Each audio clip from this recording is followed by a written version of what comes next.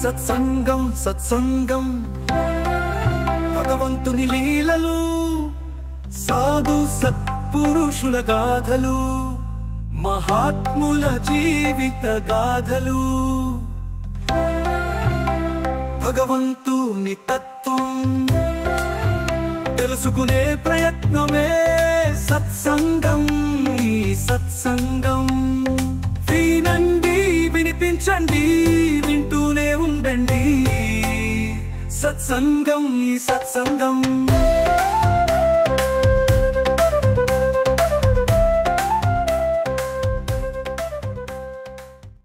Mohanavani Telugu podcast వింటున్న శ్రోతలందరికీ హృదయపూర్వక ధన్యవాదాలు. ముందుగా అందరికీ శుభ గురువారం. ప్రతి గురువారం ఉదయం 7 గంటలకు సత్సంగ కథల శీర్షికలో రచయిత శ్రీ యలవర్తి శేఖరరాజు గారు అందించిన కథలు మనం వింటున్నాము, ఆనందిస్తున్నాము, అందరికీ షేర్ చేస్తున్నాము. ఈరోజు కూడా అదే శీర్షికతో మరొక అద్భుతమైన కథతో మీ ముందుకు వచ్చేసాను. ఇంకా ఆలస్యం చేయకుండా ఆ కథ ఏమిటో విని ఎక్కువ మందికి షేర్ చేద్దాం. ఈరోజు శీర్షిక కర్మ నివృత్తి. ఒక రాజు ప్రతి రాజ్యం మీద దండెత్తి ఎంతోమందిని హింసించి చంపి ఆ రాజ్యాన్ని తన రాజ్యంలో విలీనం చేసుకుని పరిపాలిస్తూ ఉండేవాడు. ఇలా కొంతకాలం తర్వాత ఒకరోజు ఆకస్మికంగా ఆ రాజులో ఒక ఆలోచన వచ్చింది. నేను ఎంతోమంది రాజులను, ప్రజలను, సైన్యాన్ని హింసించి కిరాతకంగా చంపాను. కాబట్టి దీనికి నేను ఈ జన్మలో కానీ వచ్చే జన్మలో కానీ ఈ పాప ఫలితమును అనుభవించాలి. దీనికి పరిష్కారమేమి? ఎలా నేను నా కర్మఫలాన్ని తొలగించుకోవాలి? ఎవరైనా ఒక గురువుగారిని ఆశ్రయించి నా కర్మ నివృత్తి కొరకు పరిష్కారం అడగాలని తలచి ఒక గురువుగారి వద్దకు వెళ్ళి వివరించాడు. ఆ గురువు, రాజా, మీ యొక్క కుమార్తెను 1 నెల రోజులు మీ ఊరి చివరి ఉన్న మీ అంతఃపురంలో ఒక్కదాన్నే ఉంచి ప్రతిరోజు రాత్రి సమయమందు వెళ్ళి ఆమెను విచారించి బాగోగులు చూసి ఉదయాన్నే వస్తుండమని చెప్పారు. రాజుగారు ఇలా చేయడం వలన ఆ రాజ్య ప్రజలందరూ ఆ నెల రోజులు రాజుగారి గురించి ఎవరి ఇష్టం వచ్చినట్లు వాళ్ళు మాట్లాడుకుంటూ ఉన్నారు. రాజు మాత్రం ఎవరు ఏమన్నా పట్టించుకోకుండా గురువు యందే నమ్మకం ఉంచి నెల రోజులు పూర్తి అయిన తరువాత గురువు వద్దకు వెళ్ళి నా కర్మఫలం ఏమైనా తగ్గిందా అని అడుగగా ఆ గురువుగారు, నీ కర్మఫలంలో 90% పోయింది, మిగిలిన 10% తగ్గించుకోవాలంటే మీ ఊరి చివర ఉన్న చర్మకారుడు అంటే చెప్పులు కుట్టేవాడు వద్దకు మారువేషంలో వెళ్ళి మీ రాజ్య పరిస్థితులు, క్షేమ సమాచారాల గురించి విచారించు. నీకు ఉన్న ఆ 10% కర్మఫలం కూడా తొలగిపోతుందని చెప్పారు. సరేనని రాజు మారువేషంలో ఆ చెప్పులు కుట్టేవాని వద్దకు వెళ్ళి, ఏమిటయ్యా మీ రాజుగారి రాజ్య విశేషాలు అని అడిగాడు. అతడు, ఏమున్నాయి, మామూలే అని చెప్పాడు. మరి మీ రాజుగారి గురించి ఏమిటి విశేషాలు అని అడిగాడు. ఏమోనండి, నాకేమీ తెలియదు అన్నాడు. అదేమిటయ్యా, ఈ రాజ్య ప్రజలంతా రాజుగారి గురించి, ఆ అంతఃపురం గురించి, వారి కుమార్తె గురించి ఏవేవో చెప్పుకుంటున్నారు.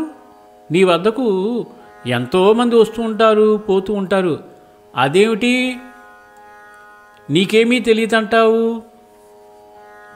అంతటా ఆ చర్మకారుడు, అయ్యా, మా గురువుగారు ప్రక్కవారి విషయాలను మన మనస్సులోనైనా తలచడం వలన మన పుణ్యఫలం వారికి పోయి వారి పాప ఫలం మనకు వస్తుందని చెప్పాడు. అందువల్ల నేను ఎవరి విషయాలు పట్టించుకోను అన్నాడు.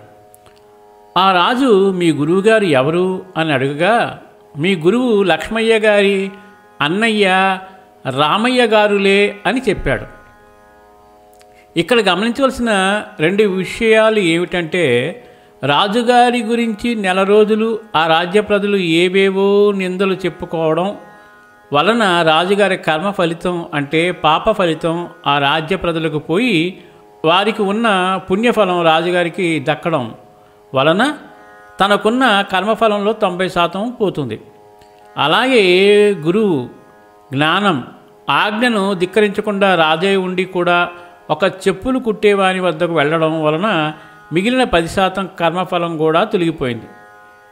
ఎటువంటి పరిస్థితులలోనైనా గురువు ఆజ్ఞ శిరోధార్యం కాబట్టి మనమందరం కూడా సద్గురువైన బాబా ఆజ్ఞను పాటించే ప్రయత్నం చేద్దాం.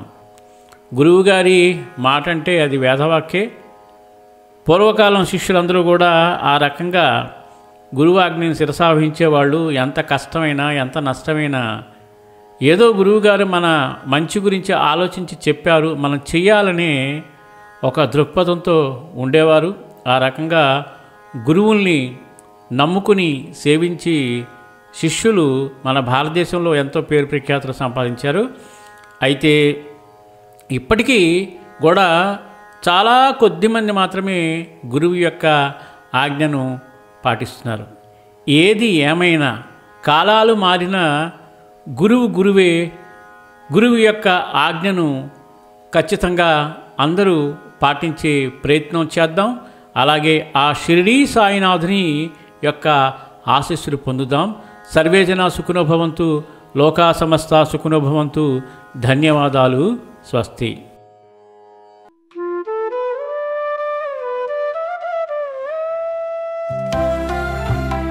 సత్సంగం సత్సంగం భగవంతుని లీలలు, సాధు సత్పురుషుల గాథలు, మహాత్ముల జీవిత గాథలు,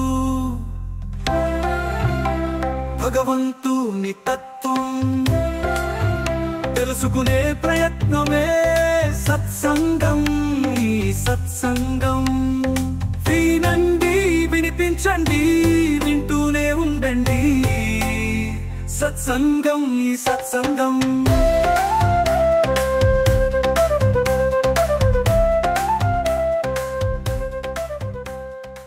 మోహన్వాణి కార్యక్రమాలని వింటున్నందుకు మీ అందరికీ మరొకసారి హృదయపూర్వక ధన్యవాదాలు తెలియజేసుకుంటూ మన ఛానల్ని ఎప్పటిలాగా ఎంకరేజ్ చేయండి. ఇప్పటివరకు మన ఛానల్కి ఎవరైనా సబ్స్క్రైబ్ చేసుకోకపోతే ఇప్పుడే ఈ క్షణమే సబ్స్క్రైబ్ చేసుకోండి. ప్రతి కార్యక్రమాన్ని మొదటి నుండి చివరి వరకు వినండి. వినిన తర్వాత తప్పకుండా ఒక కామెంట్ పెట్టండి, లైక్ చేయండి, అలాగే మీకు తెలిసిన వాళ్ళకి షేర్ చేయండి.